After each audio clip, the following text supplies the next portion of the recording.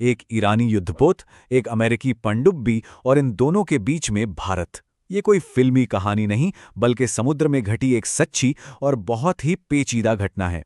तो चलिए आज इसी अप्रत्याशित गठबंधन को समझते हैं। तो ये पूरा मामला सुर्खियों में कैसे आया? हाल ही में खबर आई कि ईरान ने भारत का शुक्रिया अदा किया है। और क्यों?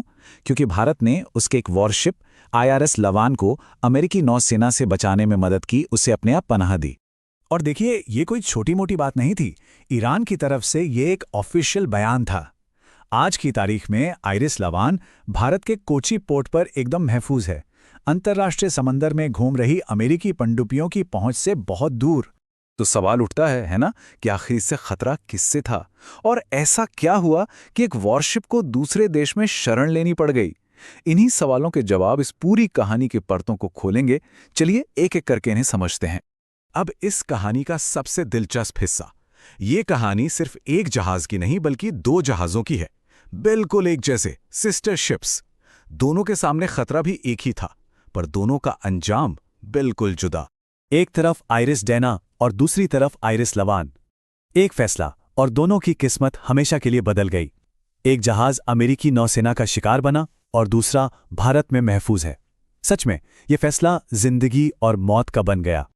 तो ये सब हुआ कैसे? चलिए इस टाइमलाइन पर एक नजर डालते हैं। देखिए, 2026 की शुरुआत में दोनों ईरानी जहाज विशाखापत्तनम आए। 28 फरवरी को जब तनाव बढ़ा तो भारत ने दोनों को रुकने का ऑफर दिया। IRS डेना ने मना कर दिया और निकल गया। नतीजा, वो डूब गया। लेकिन ठीक अगले दिन 1 मार्च को IRS लवान ने भारत का ऑफर मान लिया और आज वो कोची में सुरक्षित है। वाकई एक दिन के अंदर लिए गए फैसलों ने सब कुछ तय कर दिया। अब सवाल भारत पर आता है। भारत ने एक ईरानी वॉरशिप को पनाह क्यों दी? इस पर भारत सरकार का क्या कहना है? आइए उनकी तरफ की कहानी सुनते हैं। भारत के विदेश मंत्री S जयशंकर ने सिर्फ एक लाइन में सब कुछ कह दिया, हमने सही काम किया। ये बयान छोटा जरूर है, लेकिन ये इस पूरे एक्शन पर भारत का ऑफिशियल स्टैंड साफ कर देता है। तो इस सही काम के पीछे तर्क क्या था? देखिए, कुछ सीधी सीधी वजहें थीं। पहली, ये जहाज अपने घर से हजारों मील दूर थे। दूसरी, ये किसी लड़ाई में शामिल नहीं थे। और सबसे बड़ी बात, जब ये चले थे तब से लेकर अब तक दुनिया की जियोपॉलिटिकल सिचुएशन वो पूरी तरह बदल चुकी थी। उस जहाज पर कई यंग कैडेट्स भी थे जो इस संकट में फंस गए थे। उन सबको सुरक्षित निकालना एक तरह से मानवीय जिम्मेदारी थी। तो भारत ने तो अपनी तरफ से मानवीय मदद कर दी, लेकिन इस एक कदम ने एक बड़ी बहस छेड़ दी है। वो बहस है हिंद महासागर में भारत की भूमिका को लेकर। क्या भारत वाकई इस इलाके का गार्जियन यानी संरक्षक है? और ये बहस शुरू हुई जब आइरिस डेना डूब गया। कई इंटरनेशनल क्रिटिक्स ने सवाल उठाया कि अगर Bharat guardian of the Indian ocean है तो उसने एक जहाज को अपनी आंखों के सामने डूबने कैसे दिया? हाँ, लेकिन यहां भारत की गार्जियन वाली परिभाषा को समझना जरूरी है।